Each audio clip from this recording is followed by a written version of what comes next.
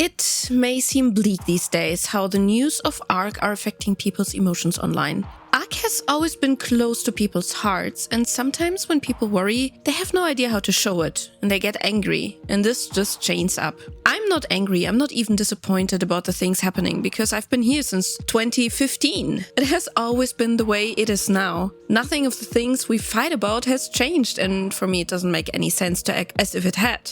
We had delays, we had unclear plans, we had low to no communication, and we stuck around. Well, I stuck around. I set my expectations to what we got, so nothing about that has changed for me. The content is out when it's out. Announcements have to be taken with caution. It is happening for almost 9 years now. We know the drill. The gaming industry is in a bad place at the moment. In general, companies are suffering. Not only the money issues around Wildcard and Snail that led to the toxic Nitrado contact, but in general, companies need to make cuts. Nitrado just kicked out their complete Hispanic content creator community. Considering the Hispanic community is one of the biggest, it can only mean that Nitrado has financial issues as well. There have been, I think, 3 big layoffs in big companies only this week. And it's just Wednesday. What we now see is a giant shift in gaming. But we also see new games pop up. Indie or small studios publishing games in a former very saturated survival game market that slowed down in the past 10 years and suddenly gets one successful game after another. See, the thing is, the impulse for new ideas, fresh ideas, cannot come from studios that are not indie studios.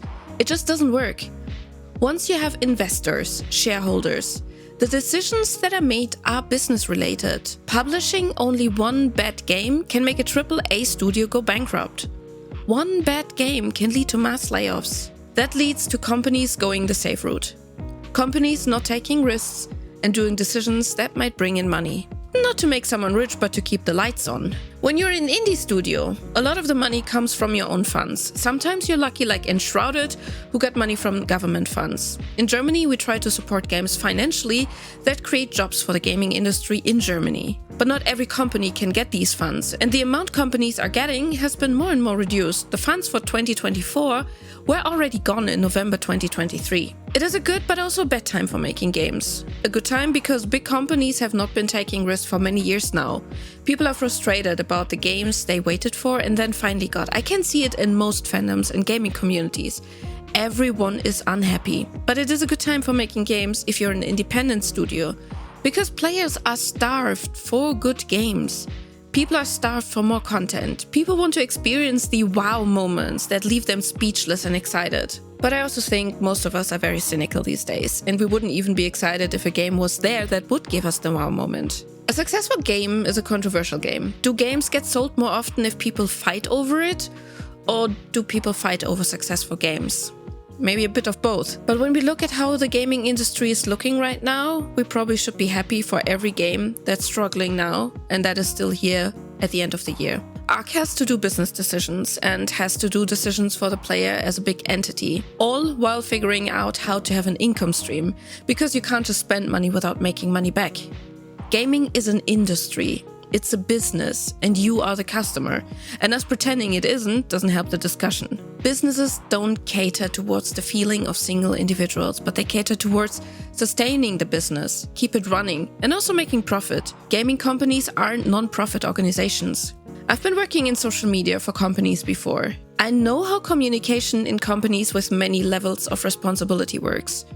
You want to communicate something with your customer, but that message goes through 2 or 3 instances of approval. Each instance, often not trained in communication, changes the message a little. After a week or longer, you get the approved version back. And nothing of the stuff you wanted to address is left in the message. We would like to apologize for what happened and we want to tell you we care about our customers turns into, we are the market leader, all our products are high quality. And this is not a fictional example. That happened back in my job and it was frustrating because in the end you are only the person who pressed the send button, but people will connect that message with you, the community manager or the community assistant manager.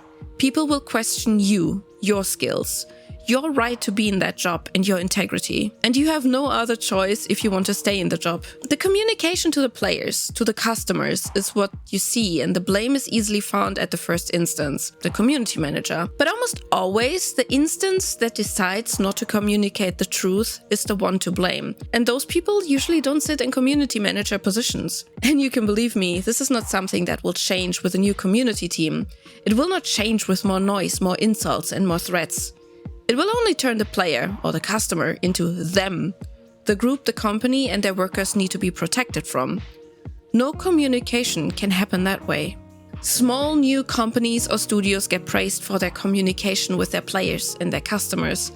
But the reason is protecting their staff from threats or harm hasn't come up yet. Don't forget, Wildcard used to be that open company. They used to game with their community and players in the evening. They used to hang out in chats and streams. They were involved with the community until interacting with the community became a company risk. This is something almost every company has gone through after growing and maybe running into some issues on the way. People are unhinged, and damages to staff as part of their role in a company is a legal risk. Yes, some of you are legal risks. Personally, I don't see a chance for us to get another kind of communication. Why? Because it's too dangerous for the individuals doing this work. The best we are getting are several times approved messages on social media. Maybe. And that's something we can now continue to complain about, or we just accept that we are part of the problem here. When it comes to ARK as a game, as a brand, as an IP, I personally have the feeling we are in kind of an identity crisis right now. We look back on what ARK was, and we look now on what ASA will become, what ARK 2 may become, if it will become a thing on its own. I'm not too convinced there yet. What is ARK for me? ARK for me has started as a normal survival game. It became more and more complex, and then developed a wholesome goofiness to it with the introduction of the event skins, with the humor brought into the later DLC storylines lore. It became this universe with a story about friendship, love, science, power-hungry villains, and after all, it was a story about hope. ARK is a story about the hope that everything will be better. I mean, you're saving the world, and that people are worth saving, and that the world is worth saving. I can see why ARK as a gaming platform would make a great business decision. I mean, look at Roblox, and look how it gets handled, and how much it is worth. I can see that trying to put ASA into that position could work. That also means it will take some work in the future for players to see the beauty of ARK beneath that. The story, the characters, and what made ARK unique and special. I will always talk about how important immersion is in the game. I see a risk of losing it, going the way we're going now. When I think of games I love, the games I will name as my favorite games, I often talk about the games having a soul. Not so much a message to learn from, but a game that gives you the feeling that you belong, that you matter, and that you're part of something. And I have the fear that taking away ARK's identity from ASA will make it impossible to give the player the feeling of belonging. And I know all of these points are probably very unique to PvE experience in ARKs. I didn't feel that it was important for ARK PvP players that the PvP happened in ARK. It was only important that there was PvP and a conflict.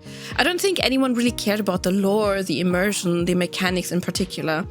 It might also be ignorant for me to assume this, but everything I experienced from the PvP community was pretty much that ARK was just the platform they chose. It was not the platform they preferred. The feeling of going through an identity crisis in this franchise, and some might even call it a midlife crisis, might just be a feeling we have on the outside. Maybe the plans on how to do the things are already done and we're just lacking the necessary infos to connect the dots. It may be a combination of playing things safe and keeping investors calm. It may be a big plan we just haven't seen yet. And I don't want to pretend it's any of that, but either way, we can't do anything else but wait. Many of you know ARK content is my full-time job since 2020. It's a job I chose to do, and it's a job I love. It's working for me because I don't really care too much about riches or getting rich. I want to make content that matters. I want to help. I want to educate. And my overall life plan has always been to leave this planet a better place than it was before. We could now discuss the importance of ARK content in the greater picture, but honestly, it doesn't matter. In these 4 years, or even longer, since I did content before coming back full-time to YouTube, I have met many of you. I've talked in private to many of you. You told me the stories of your ARK experiences. You told me that ARK got you through hard times. I have met couples who met on ARK that are now married and have children. ARK has changed the life of many of us to become better. I was at your side with help and advice, even if it was just to tell you how to tame a certain creature or to explain a game mechanic to you. And this is what matters to me. This is why I do all of this. You don't see me arguing game politics too often. I sometimes call out bigots who try to use a story for themselves, but honestly, nothing of that really matters. What matters to me is you. You as the player, the viewer. It matters to me that you enjoy your time in ARK, and if you stop enjoying it, then I'm the last person that would tell you to stay. I tell you to look around, play other games, make other experiences, meet other people. It's completely fine to do so. There is no expected loyalty to a game or a franchise. You as a person matter. You being happy matters. If you don't feel happy, then do what makes you happy. And the future of ARK is... well, I don't know. I'm not sure what the direction of ASA will be, which games will still be here at the end of the year after all the layoffs, reconstruction and cuts. I hope we're still here and can look back on today, this month, and this moment in ARK history, laughing and say, do you remember 2024? That was a weird year. But no matter how uncertain these times now look, how scary the state of the gaming industry and especially the content creation industry looks, it is important that we never forget that there are still humans on all sides, and words chosen out of anger can leave bigger damage than intended. And sometimes it's better to step back for a few days and let a topic rest before coming back and voice an opinion. I believe most of us want the same thing, ARK to succeed and have a great time playing it. So why fighting over it? Either way, I will be here. I will make my ARK content for those who choose to watch it, for those who enjoy playing the game, and for those who look for tutorials from a creator that cares. If that's what you want to see, thank you for being here.